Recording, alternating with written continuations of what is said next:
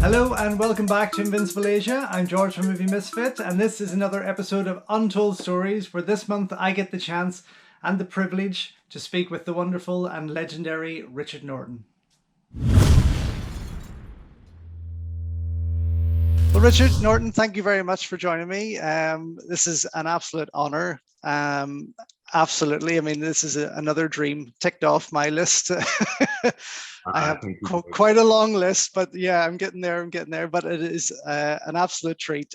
You're someone that has really been inspiring to me over the years, through both what I've watched with your interviews and, of course, in your movies. And I've never seen anyone be able to kick like you do in a pair of tight jeans, I have to say. I remember, I mean, watching Shane O'Brien and seeing you kicking in those jeans, I was like, who is this guy? The worst one was, the big, and I should have learnt my lesson, but the worst one was Force 5. Oh, that was my first lead role, and I remember. I have it here. Yep, there we go. That was the first lead. And I remember wardrobe getting me all decked out and everything, because you got to understand, even wardrobe, unless they're very experienced in action movies, they don't necessarily cater for what you have to do. Of course. So I remember these jeans. I thought, oh, this looks good. It was very 70s sort of style. And yeah. And I remember getting out, and I think I had to, back then, as you know, most kicks were like crescent kicks and everything. They're a little outdated now, but I remember thinking, oh my God, I said, I can't even kick above my knee in these jeans. I look good, but not very functional, and that's when I sort of went, oh, okay, I've got to learn to look after myself. With whatever I'm dressed in. Yeah, of course. I mean, there was always one thing that always stuck out to me is, how can this guy kick with his jeans on, So I mean, Force 5 was a movie that I gotten later. Again, I started watching Kung Fu movies from the age of 5. From the age of 12, I started collecting them as videos. And then when I started traveling around the age of 20 out to the States, of course, my eyes were, because here in Northern Ireland, it's not a vast kung fu movies and martial arts movies. They weren't really the thing to bring into Northern Ireland. So I was always lucky to find something that was like a treasure to me to find. And I would travel the length of the country on public transport looking for video stores, it was crazy. But of course, the days before internet, So when I got to America, I managed to pick up this copy of Force 5, which I was so excited to see. And of course, now it's out there on Blu-ray and it's, all exciting. I still get a kick out of watching videotapes, I have to say. It's very nostalgic. But before that, I think one of the earliest movies that I had seen you in, and I only recognized then it was yourself after getting to know who you were through Jackie and Samo's movies, was Gymkata. I love Gymkata. Oh my gosh, I love it. It's just such a weird movie. No, and it's amazing to me how much of a cult following Gymkata has. Yeah, right.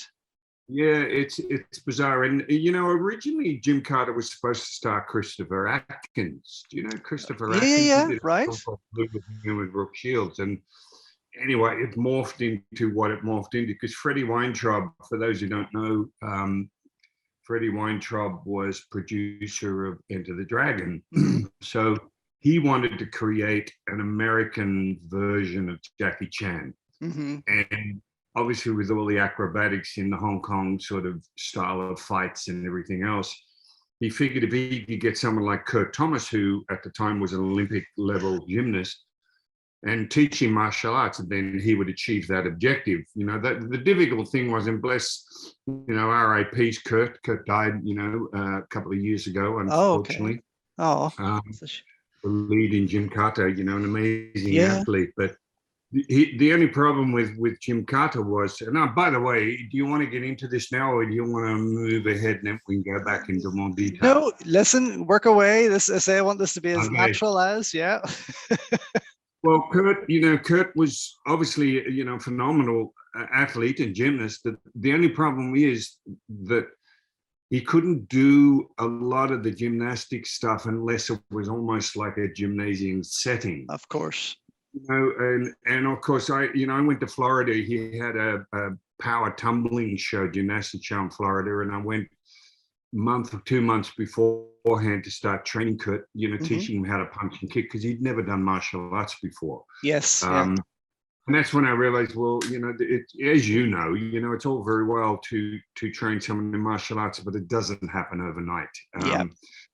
And they forget that the Hong Kong stunt team, especially a team like Sammo Hung or Jackie Chan they're able to do the fight stuff with the gymnastics just about on any surface you give them, whether it's bitumen roads or whatever. Yeah. And so that was a bit of a restriction in because you might remember there's a great scene where we're in a kind of a village square and Kurt runs in, and we tried to disguise this apparatus to make it look like what you would tie goats up to. Yes. It's obviously a pommel horse, it's a pommel horse in the middle of the city square.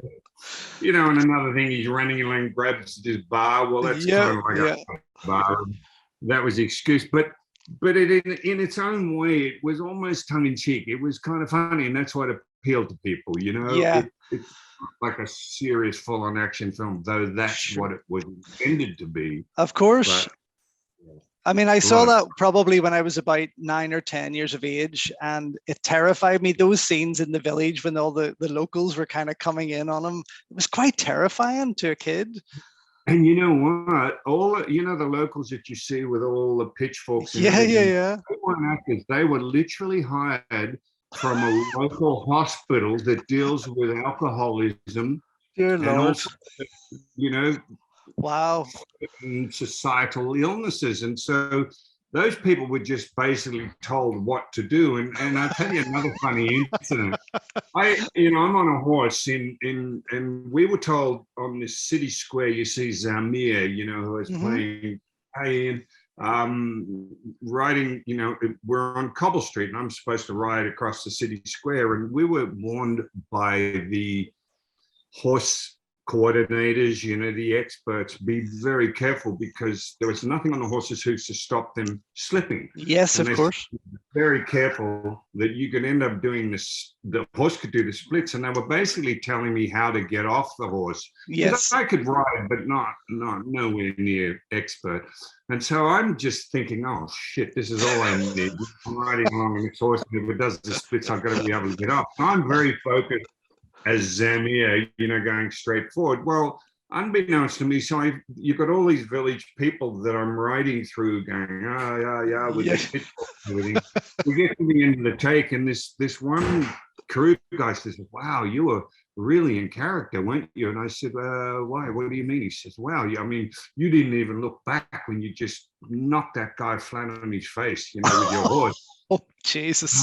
I had no idea. So, and it's in the take. If you watch the movie again, you will see my horse's chest hit this guy back and he just disappears out of frame.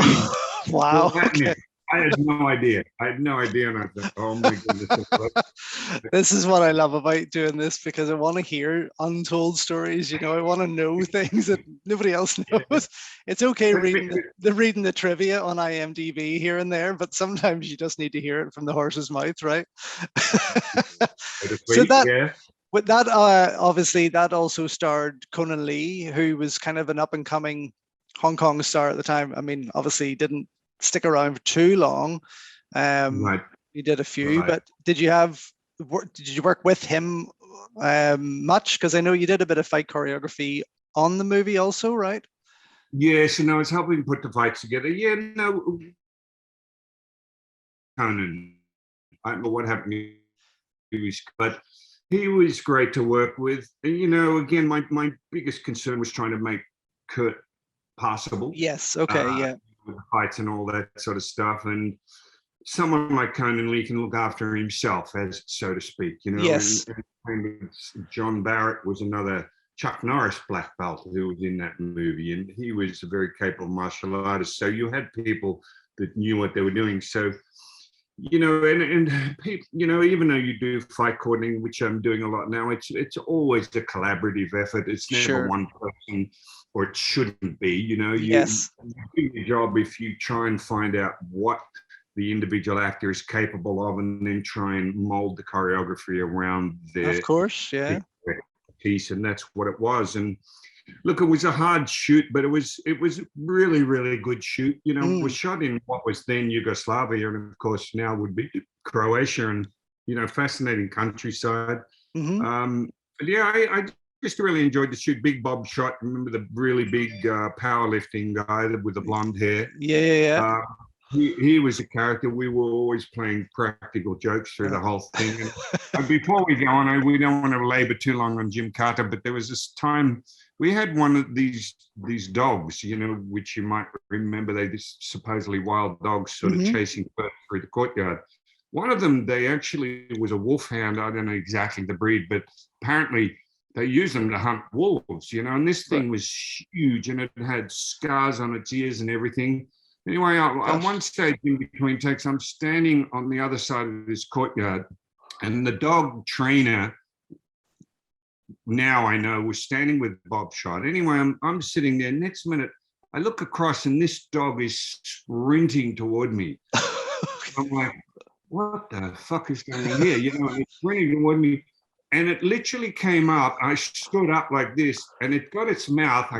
Well, I'll do this. It sort of went on my groin. It put its jaw like this and starts walking backwards, taking me with it. Oh and my I'm like, God. oh my God, my life's about to end in the most horrific way. And of course, I look over and he's just cracking up laughing, because apparently the dog trainer, all it had to do was point at a person and kind of tap an area on the body, and the dog was trained to come up and not actually bite, but put his jaw. So Bob, being Mr. Comedian, has got this guy to sort of tap the groin, and that's where the dogs come over and grab me in the groin and walk me backwards. And I said, wow, life is not worth that much, Bob. I'm sure you'll never forget that one. So, what were you obviously got into the movies, I believe, if you did, if I'm right, with Chuck Norris, with his movies and through his movies. Were you training with Chuck before that? Yes, well, here's the story with that. I had a partner, still do, Bob Jones, and we had a style called Zendokai. We had over 500 schools at one stage throughout Australia. Amazing. And in 1978, Bob went over to the US and, arranged to bring Chuck Norris out to Australia. Chuck had done, I think, Good Guys Wear Black was his recent one, very early movies, so he was interested in promoting the movie, and we brought him out to do some demonstrations on some of the first kickboxing matches ever held in Australia. Very good. So I ended up demonstrating on the same card. I was using sai and bow and doing some kata and some, attack sequences. And Chuck was demonstrating his stuff, and we did a number of states. Anyway, we just became really good friends in that short space of time. To which Chuck, upon leaving, said, if you ever get to California, look me up. We'll do some training. And again, as I've often said in interviews, I mean, what an amazing invitation that was for a little Aussie kid, So as it happened, I'd been doing, this is where it gets a bit convoluted. I was doing bodyguard work since 1972, started with the Rolling Stones. And at this stage, I was doing a tour with Linda Ronstadt and James Taylor. A lot of the younger ones might remember Linda, but she was as big as Beyonce in her day. And Linda wanted me to come and work for her full-time in California, in the US. So after a bit of umming and ahhing, off I went. This was in 1979. Because I had Chuck's number, I called Chuck the first day I got there. I started training with Chuck every morning at his house. We would do 3-hour workouts. Wow. Every day, 6 days a week. He lived in a place called Rolling Hills Estates, just past LAX airport. So we started training, and he was, of course, in the very early production stages of The Octagon. Oh, yes. One of his early, the ninja-based movie. Yep. And because Chuck knew I could handle weapons and Okinawan weapons, he asked me if I would play his main nemesis in the movie. So that's how I got cast. And brilliant. I helped put a lot of the fight scenes together with the weapon stuff, because Chuck, hadn't used weapons before. Mm-hmm. And as you remember, my main role was as Kyo. I had the crimson head mask on. Yes. Because technically Kyo was Asian. Yeah. And I fight Chuck at the end of the movie with sai and with katana, with the sword. Mm-hmm. And it became quite a good little fight sequence. And that's what started my movie career. Octagon was it. Very good. In fact, my claim to fame, George, in that movie was, I say to people, I died 8 times because Chuck and myself and 2 other people did all the ninja work because we were masked. And in fact, I remember taking my mum to see it, and I said, if you see somebody go splat, Mum, it's probably me, And, very good. Yeah, so that was started, and I did a couple more movies with Chuck. I ended up doing the first few episodes of Walker, Texas Ranger. Brilliant. And, in fact, I did 15 guest stars on Walker, as well as I started doing the fight coordinating. As different characters, sorry? Yeah, different characters, on Walker, but even doing the fight coordinating, I think it's not really what I want to do. And by the way, it's after getting off of the lead role in Force 5 and everything, that's when I started to branch out and do my own thing, because I just thought, wow, this is a lot of fun. First of all, they're low budget. We know they're low budget. They shoot them on a shoestring budget. I went to the Philippines and all over the place. Mm-hmm. But I just had a ball because I was still doing my martial arts and meeting amazing martial artists on the sets of these movies. Like, of course, you talk about Force 5, you got Benny the Jet Urquidez, a kickboxing legend, Joe Louis, et cetera, and a lot of other martial artists playing stunt roles. So I thought, how good is this? What a great way to make a living. I know, right? You're telling me. Very jealous, very jealous. So, of course, then you went on to star with Benny again in The Kick Fighter a few years later, right? Well, a number of years later. Yeah, that was a film. Tony Maharaj, a friend of mine who's from Trinidad, he was a producer. After I think it was Equalizer 2000 was a film I did with the legendary Cirio Santiago. Cirio is like the Steven Spielberg of Philippine movie. And he did a movie that was produced by also the legendary Roger Corman, who was renowned for starting careers of Sylvester Stallone and people like this. So I did Equalizer. Tony saw the movie, was really interested in using me and wanted me to do this film. I don't know what it was originally called, but anyway, Kick Fighter. They're always the most bizarre titles. I'm actually still waiting. I ordered, funny enough, last week, before we had even arranged this, I had ordered the German media book of Kick Fighter. So it's still on the way, but waiting. Because I had met Benny Urquidez, of course. We did Force 5, but I'd already started training with Benny even before the Jet Center was formed, which is his famous training center. So we were already friends, and that's how I ended up getting Benny to come over and sort of play. That was also interesting. The only disappointing part was that my character, when you look at the fight, I'm supposed to not be trained. I'm supposed to be like a street kind of fighter, which is why they're calling it kick fighter and whatever. And and it was hard for me because I'd already been training with Sensei Benny, and you're taught to keep the hands up and the chin down and all this. Well, straight away said, oh no, you've got to have your hands down. You're not supposed to be trained. And I remember that, Benny's, to anyone that's met Benny the Jet, he is the loveliest man. He's such a gentleman, but by God, you would never want to get him mad at you. And I'm sure. Probably the toughest guy I know, pound for pound, that I've ever met. So we get in the ring, and I'm supposed to be down here. And Benny has this, because he's such a warrior. When Benny puts his head down, and he's got this amazing gaze, as we call it, when he looks at you. So he gets in the ring for the very first take, and I immediately go, "Oh shit!" I still remember going, no, it's just a movie. It's okay, because he just gets in the fight mode. I'm like, geez, Yeah. I hope with the power rings he doesn't think he's doing It's it in a for real. very, very intimidating stare that he's got. Yeah, Very. definitely. But we had a lot of fun with that. And, again, as we'll talk about, George, a lot of the fights back then, I get a chuckle because you do what you do. People, unfortunately, have the thing about comparing what we did in the 80s and 90s with what they do now. And you can't. It's evolved. No, Everything's exactly. evolved. Of course, You yeah, just yeah. did what was the thing to do, like a lot of crescent kicks. It's like you look at Jean-Claude Van Damme. I mean, how many times did you do the splits? And, Oh, yeah.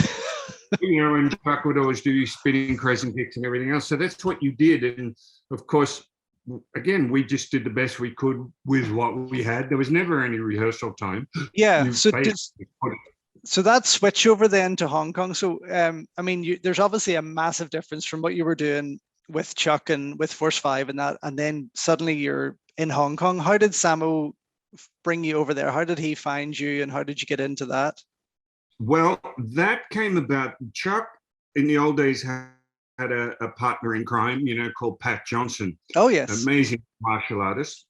He did the choreography on the first Karate Kid, and he did quite a number of movies. So I was a good friend of Pat's. Pat was the one, through meeting and working with Jackie, that recommended to Jackie that I would be a good person to play in some of these shoots. Yeah. So, cut to, I'm in Japan on tour with Linda Ronstadt, working, again, as her personal bodyguard. And we're in a little town near Osaka in Japan, and I get a phone call, and literally, I don't know how they even found me, but in a nutshell, this Asian lady says, "Oh, Richard, Jackie Chan wants you to come and work with him in his next movie. What's your price?" Wow. I said, "Wait a minute, what? Jackie wants you to come and what price? That's the first thing she wanted to know was how much would it cost to get me." And I said, "Well, when do you need me?" And she said, "Well, in 3 days." And I said, "Oh, I can't. I'm obligated. I'm on tour for another 2 months." I believe that, by the way, was Meals on Wheels. That I think the role they were offering me was with Benny, but the Keith Vitale role. So I was going to say, I wonder how you missed that, because I thought that would have been an amazing pairing to have you and Benny there. Yeah. Oh, no, would have been great. But so that passed by. I thought, oh, well, that's that. Anyway, sometime later, I they got in touch with me through my agent and wanted me to come. Jackie wanted me to come and work on Twinkle Twinkle Lucky Stars. And but it came through Pat Johnson recommending me to Jackie. I couldn't do the original offer, and then they came back to me again later on. And so off I went, and that was my first foray into Hong Kong movies, which I tell you what an eye-opener, because I'm sure. I'm on the plane and thinking, oh, I'll be able to do a bit of this, bit of that. I'm a karate guy, I'm Goju stylist, but having done kickboxing with Sensei Benny and another guy, Pete Cunningham, a dear friend and trainer of over 30 years from who also worked on a Hong Kong movie with Ian Bill, but that's another story. Righting wrongs. So I'm off, and I get there, and I'm thinking, well, this will be good, this will be fun. Well, for the first 3 weeks or whatever, you do bugger all, because you do a bit of drama and stuff. But once the fight stuff, and by the way, I was supposed to do the main fight with Jackie, but Jackie had injured his shoulder blade in another movie he was working on. Hence why I did the main fight with Sammo Hung. Yeah. But when the fight stuff started, my God, what an eye-opener, because, in America, I'm used to 10 or 12-hour days. You do a bit of rehearsal, you shoot the fight in 2 or 3 days, and you move on. Yeah. Well, and I've said this over and over, and I do mean it. We were on the set 18 hours a day, 7 days a week. My goodness. We do the fight stuff, and took 3.5 weeks to shoot that fight scene with Sammo, and you fight, you would do it over and over until you basically got what, in this case, Sammo as the director wanted. He had, they had such a level of excellence that they wanted out of the style of fighting, of course, that they would do. And I remember 3 days into the first days of fighting with Sammo, there's another gentleman who you would know, I call him Shoji Kurata. Oh, Kurata yes. was a famous Japanese stunt person, fighter, actor. He'd done like 40 movies in Hong Kong. I've got most of them. Yeah. Yeah, and he what a gentleman, and he of course was in the same movie. And he's like one of my henchmen. And he could see me getting very frustrated. And he pulled me aside. He said, Richard, he said, he could see I was getting, because the timing was different, the techniques were different, the way they throw a punch was different. And he said, let me give a little bit of advice. If you want to do movies here in Hong Kong, he said, basically, don't say anything. Just do whatever they want you to do as many times as they want you to do it. Wow. Which, by the way, was usually 30, 40 takes sometimes, depending. And that's what I did. I was always in really good shape. I didn't mind taking impact. I didn't mind getting hit. And I jokingly said to Samo one day, as long as I can hit you back just as hard. And we'll talk about Samo, I'm sure. But that's how it went, and that's really the main reason that I got. At one stage, I was the only Westerner to ever get invited back to do more than one movie with Jackie in Hong Kong. It's not because I had any amazing abilities over anyone else. I think it's because they knew that I knew how they worked. I would just shut up. I would do whatever was expected of me. I would take the bumps and the knocks. Sure. Hence me doing whatever 5 movies there. So that's how it all went. But wow. But I mean, I sorry to butt into it, but okay. I still remember going back to my hotel room after a couple of days, getting like an hour or maybe 2 hours sleep. And I said out loud, if I can get through this, I can get through anything. Hell yeah. It was that grilling. Having said that, by the way, these guys were doing that year in and year out, often 2 movies at a time. And I'm saying, you're a bit of a baby here. You're complaining. These dudes are getting the crap kicked out of them like on a daily basis, year after year. So I had incredible respect. Oh, man. I mean, I suppose that's the difference today is you couldn't put children through what they went through to become those people that they are. It's child abuse. You couldn't do it, But I mean, what an iconic fight that what you went through and what Twinkle Twinkle Lucky Stars delivered to fans, people like myself. It's there frame for frame, it's just always been implanted as one of the greatest showdowns ever, Well, and hats off to Sammo Hung. That guy is just, there's nobody I respect more as an action director, actor than Sammo Hung, with how he puts fights together and everything. And the guy is tough. I mean, when he throws a spinning back kick, oh my God, there was a stage where his side kicks me up against that wall about 50 bloody times. Yeah. Even when it's a film fight, you can tell when somebody's powerful. And incredible. Of course, obviously goes without saying with Jackie, but Sammo, and there was a stage in that fight where he's on the table and he does this flip. I swing a chair. And I remember when he said, you swing this chair at my legs and I'm going to do this with a half pike or whatever and land on my feet. And I'm literally looking at him and looking around for where the double is, because I'm thinking there's no fucking way you're going to do this. Well, of course, he did it like 20 times, and I went, oh my God, there's more to this guy. And I just became very good. Sammo took me to editing, and everything. Jackie took me shopping all around Hong Kong. It was a really wonderful time. And thank God, by the way, they liked me. I think Sammo respected I would take the knocks. I'd get flipped over tables, whatever it took, and not complain, which he really respected. Because unfortunately, in those days, if you were a Guilo or there's a lot of Brits working in Hong Kong and stuff, they'd get parts in these movies. And if you weren't part of that inner circle, man, you got treated like shit. They'd be screaming, sure. You're stupid, you have timing, you this, you that. And they were quite brutal. Luckily, because I had a good relationship with Sammo and Jackie, I think they all looked and go, okay, well, he's okay. We'll leave him alone. But I think because of that also, when you look at the likes of yourself and then you've Mark Houghton and Bruce Fontaine and all those guys who always played that same just throwaway bad guy role, but you always seem to land this memorable, fantastic character, like Magic Crystal, for example. There's another one that's just, I love that role of Ivan, it's so crazy. Magic Crystal, that's still probably the best fight stuff I've ever got Right. to. I think so. There you go.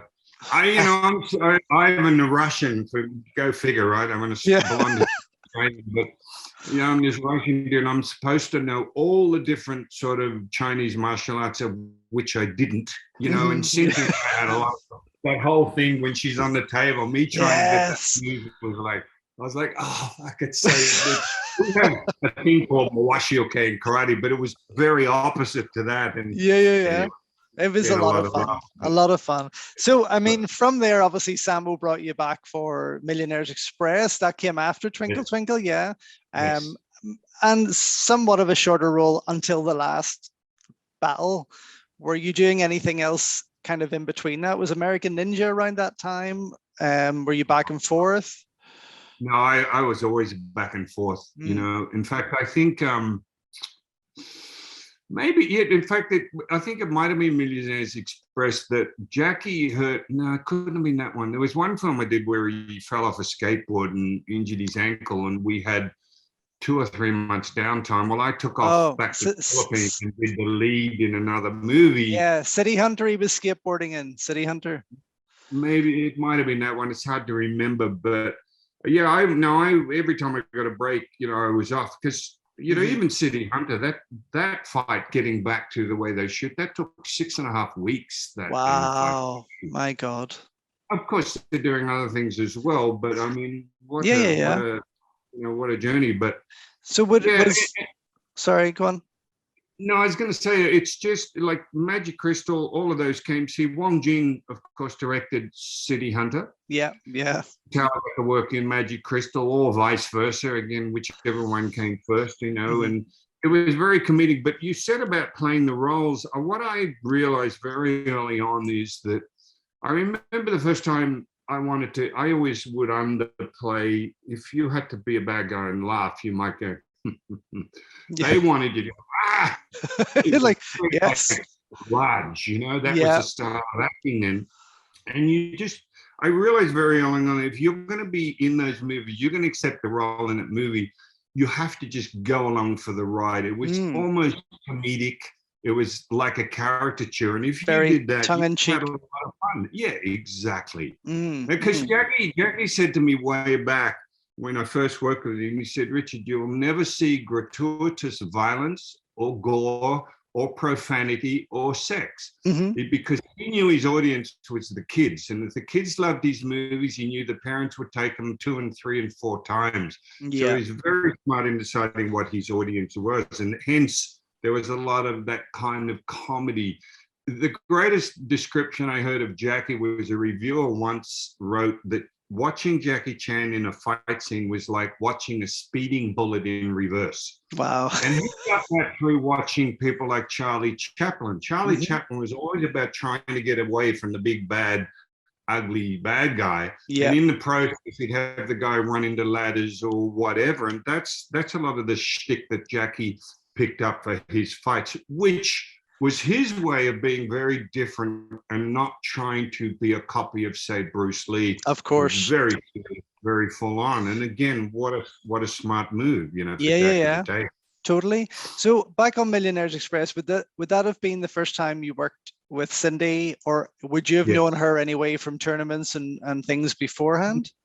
No, I didn't. In fact, when I was in Hong Kong shooting Twinkle Twinkle was the first time I heard about this blue-eyed, blonde-haired American girl working in Hong Kong, but I had never met her. So no, I just knew of her for there, but I didn't know of her from the United States or anything. Of course, we went on to do 8 or 9 movies together. Yeah. We still are very close friends. So. Of course. I mean, funny, I was looking at this the other day, and I think in our heads as fans and as viewers, we think you had done 30, 40, 50 movies together. There's always that feeling that Cindy and Richard were always together. There was always it was the movie you looked for when you went to the video store. The next Right. Richard and Cindy movie. But yeah, so it was actually only about 9 or 10, right? Yeah, Raging Honor 1 and 2, Oh, China O'Brien 1 and 2, Lady yeah. Dragon, Millionaires Express, Magic Crystal. Yeah, no, it's and I and what was it? Fight to Win. Do you remember this one Oh yeah, that one with too. with So George Chung, I think? George, I just had lunch with George Chung last week in Los Angeles. Oh wow, very good. He's doing great. He's anyway. That's a whole other story with his production company. But this is getting right off the track. But George, and for those who don't know, George and Cynthia were boyfriend and girlfriend back Yes, when that's I right. met them. And when I went to LA, I started doing a bit of training with George. I mean, that people do not know. I've never to this day seen somebody that could kick like George Chung. He was Wow. world champion. And I'm a Goju guy, put the kick with the back foot, put it back down. And he started these machine gun kicks where you do a round kick, Yeah. hook and heel kick, go round and round in a circle. Mm-hmm. Most ridiculous power and everything else. So that's Wow. a whole other thing that I learned from George. Yeah. So with Cindy, of course, and that became a big thing for you guys to be around that period of the sort of mid late 80s into the early mid 90s. You just kind of had that, as I say, everyone was wanting that next big movie. Was there any of the things that you had done? Because I mean, I love them all. I could just go on about them forever. Of course, Rage and Honor 1 and 2, I'm still waiting for someone to give us an amazing Blu-ray release because they're so hard to, they're really hard to get movies. I mean, I still have my 90s video. But part two I lost because my video chewed it up. My video player chewed it up and it went.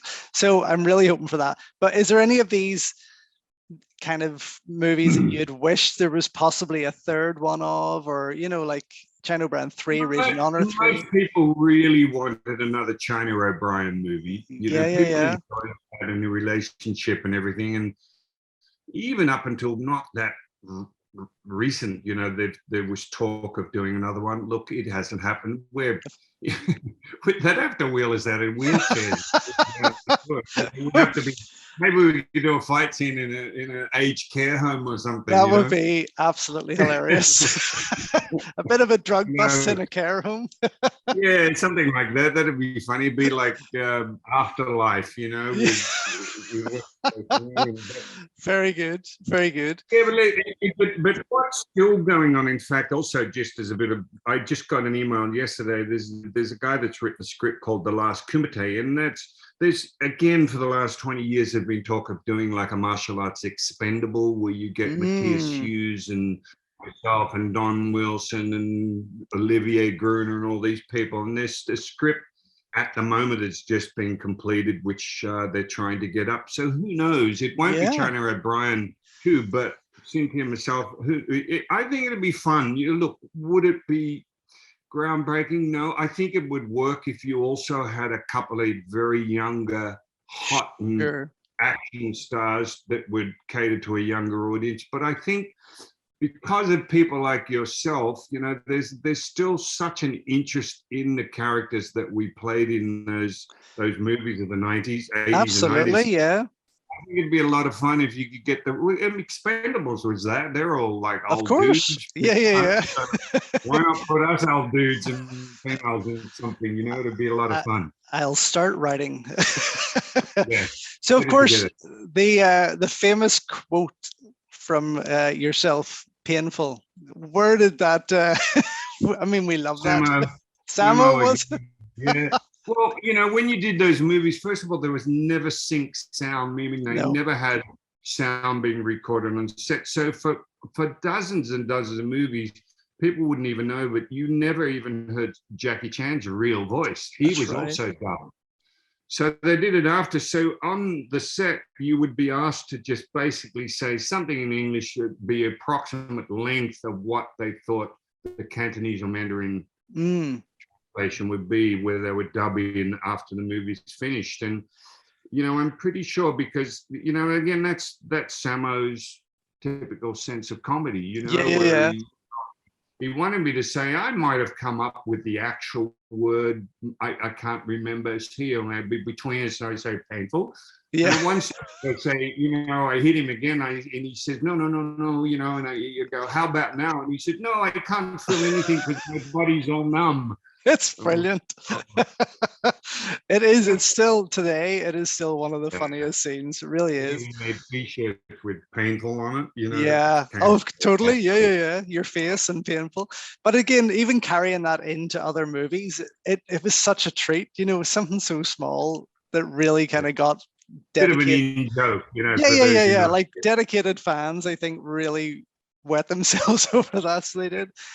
So later on, I just wanted to say later on, then you went, would Mr. Nice Guy have been your last Hong Kong kind of movie as such? Yes. Yeah. So that came about, of course, through Jackie and Sam, having worked with him so much. And as you probably know, they shot that in Melbourne, which is where I grew up, in Melbourne, Australia. I literally just posted a video today on my channel reviewing, because we just finally got the extended original cut released on Blu-ray this week here in the UK. So very, very excited. And it was brilliant to see you in high definition. So it was, but what I mean, that it was or not, but it was so. I rather have the penthouse lighting, Yeah, today maybe, but not, no, back then, no. So it was amazing to see, but such a different take on that end scene. I mean, I kind of thought you were having a bit of a rematch from City Hunter. I was expecting when I initially saw Mr. Nice Guy way back in 97. That was the whole point. And in fact, at one stage I said to someone, why are you using me if there's not going to be a major fight? Well, the reason is this. Like I said to you, when you're in Hong Kong, there's no unions, there's no overtime, so there's no restriction on basically how long you could shoot. Sure. Because it really doesn't cost much. The stunties were on a small monthly retainer. So cut to Australia, where you've got unions and overtime, we ended up being probably 2 months over budget, right? Oh, right. Which got to the stage where the producers said, we have to finish this movie. So there was no time for me, because I was Giancarlo, once again, good casting writing. I'm a New York mafioso, a blonde Aussie kid. So I'm playing a role, and I'm a bit of a smartass with the tying him up with the ropes and playing around. Well, of course, everybody wanted to see me get my ass kicked. Yeah. And it didn't happen. In fact, when I get hit by that mining truck, when they're looking, I'm not even there. I'd already been sent home. So it was really a budgetary thing that prevented that end fight from happening, because of course it should have. It should have been a big beat down as a result of me. Yeah. My quirkiness as the Giancarlo character. I mean, I don't want to say it was disappointing, but it was like, It was disappointing for me too, because again, I said there's no point to using me. It's not like I'm Robert De Niro and you need acting creds, but it was still, to be able to shoot in my hometown and do another movie with them, I thought it doesn't get better than that. Yes, I'm sure it was nice to go back to that. And I got to bury my wife. Yes, that's right, of course. Hot tub, and there was a day, when my famous line is "Tuck her in, boys," and she gets chucked into the mining pit and buried. And Jackie and Sam both came over to me that day and said, "Oh, why you look so happy today?" And I said, "Don't get into that." Very good. And who, Andy Chang, he was very green back then, but he's become the fight coordinator of the day. He did Shang-Chi, and amazing films. He was the fight coordinator in that film. Well, he doubled Judy. He's the one that gets into the pit. And I remember on the day I said, Andy, shave your legs. Your legs are too hairy for my wife. And anyway, that's very good. I saw Andy also just 2 weeks ago in Los Angeles, caught up with him, and very good. He's taking off, but he's really taken off.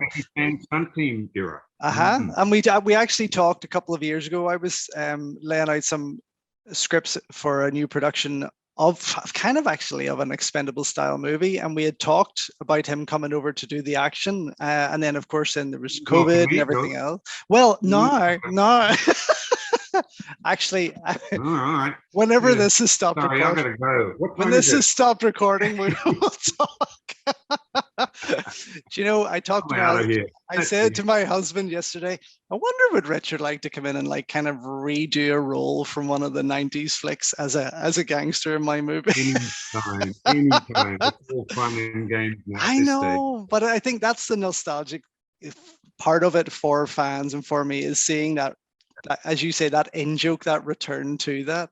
So from that Mr. Nice Guy, I'll not keep you too much longer, but from Mr. Nice Guy, then you've kind of stayed in the Western side of movie making, I suppose, acting, and then now you're doing the action choreography and fight choreography and stuff, and more so with these bigger Hollywood movies, such as Mad Max Fury Road, which you also had a starring role in, or a part in, didn't you? Yeah, no, I played a role, had a fight scene. I thought I recognized you. Yeah. Yeah, shaved head, of course. You know, I looked like an aging biker in that film. Yeah. But I get headbutted. I often said, if you're going to get headbutted by somebody, it may as well be by Charlize Theron. She headbutts me, throws me off the giggle horse. That's right. I'm starting work on the new Mad Max next month, actually. Oh, fantastic! Brilliant. With Furiosa, it's all based on that character. So amazing. Go on. Yeah, so I mean, I suppose that felt a bit like it was throwing you back to Equalizer 2000, did it? Yeah, well, all those films, you know, as you know, when you did films with Corman and Sirio in the Philippines, they were all rip-offs of whatever was the popular movie that was about to come out. So it was the apocalyptic film, as per Mad Max. Now, exactly, that's the whole idea, was they would get. This is why, by the way, there's so much security and content. You have to sign so many confidentiality forms now when you do movies. Because in the old days, if it got out what the theme of the movie was, a smaller budget company would get wind of it, rip it off, ask people like me to do a rip-off, have it made in 4 weeks and out long before that movie actually even got made. So, you know? What a shame. And then I seen as well through your own posts and through certain news and things, you've obviously been working with Margot as Harley Quinn, looking after her with the action and stuff. That's a fantastic, notch in the belt also, right? Oh man, and what a wonderful person to work with. Margot, I literally said to her, I reckon I could teach her just about any fight scene you could think of, and she could do it. She is that talented and that committed. You know, I did both Suicide Squads, of course, the first one, and the second one. Unfortunately, those rotten bloody producers didn't credit a whole bunch of us on the actual film. What a shame. Which is a real shame, because we put a lot of work into that. But what a thrill to work with, like Will Smith in the first one, and Margot Robbie, and of course people like Scarlett Johansson, Ghost in the Shell. Yes, I of course. People, the reason those people have the careers they have is because of the level of commitment and the level of excellence they demand of themselves. It was just a dream. Very good. People like that. And do you find that people like that, again, would know your work from the 80s and 90s? Would they have been fans, let's say?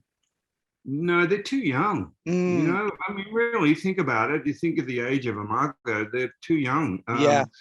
That's a bygone era, unless you're particularly followed that sort of thing and you get a kick out of it, or you're of a more advanced age. But it's a bit like, me working with Stevie Nicks or Linda Ronstadt, for instance. A lot of the kids don't know who these people were. You have to tell them, unless again they absolutely follow the music industry. And it's the same with us. This is why I get it. This is why I'm doing more fight coordinating, because the older you get, the less roles you have. Even though physically I'm totally capable. Oh yeah.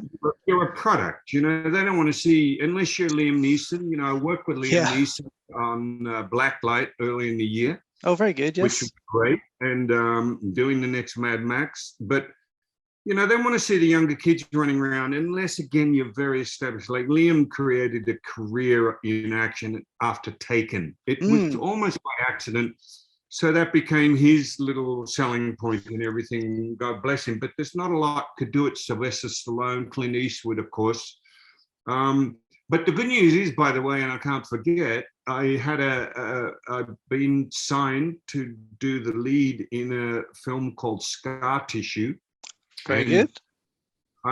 We're shooting it here in Australia. It was originally written. Andrew Mackenzie's a friend now I've had meetings with, and it was written for the US. It's now been rewritten for Australia. Brilliant. And he asked me if I would do it. Came about because he was doing a film called Gauntlet, and he contacted my agent and said, we want 80s style action, so we want Richard fights. And I said, well, what does that mean to you? And he said, well, where you punch somebody and it actually knocks them down, and it's a bit untidy and blah blah blah. Anyway, I had a meeting, and a week or so later I got a call, and he and David Egby, by the way, David Egby is the DP on it. He shot the original Mad Max movie and another film called Salute of the Jugger, or Blood of Heroes. You were in that, weren't you? Yeah, I was in that one. And so they're teamed up, and they said, we want to put Gauntlet on the back burner, and we have a script called Scar Tissue, and we want you to play the lead.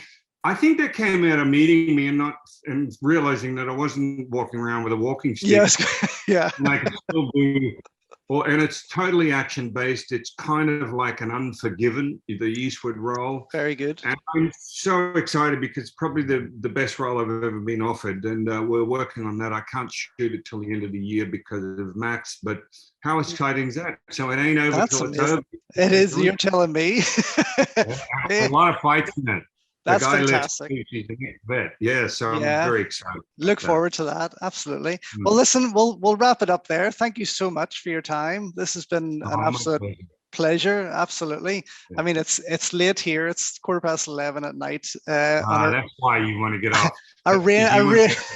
Listen, I could go on for another few hours. Trust me. You can tell I'm not a bad talker, so I don't. No. Wait, we might do a part 2 someday if you're up for it. Absolutely. Brilliant. Thank you very much. All right. Thank you, guys. It's been a pleasure, and all the best for all the viewers out there. So, appreciate it. I'm glad there's still a fan base for some of those movies we did. It's been an incredible journey, and the journey still continues. So absolutely, it's been an exciting time. Well, you've definitely entertained me for a long time, and the memories are more than enough. Absolutely. It's just adds to it. Thank you very much, Richard. Let's see you later. Bye. Thanks for watching. I hope you enjoyed that as much as I did. And of course, a massive thank you once again to Richard Norton for joining me on this episode of Untold Stories. It was an absolute pleasure. Don't forget to check out the rest of the YouTube channel for my unboxing and review videos of Hong Kong movies and other Asian cinema. Head on over to invincibleasia.com to check out my full reviews, and follow me on Instagram @InvincibleAsia and @MovieMisfit for more.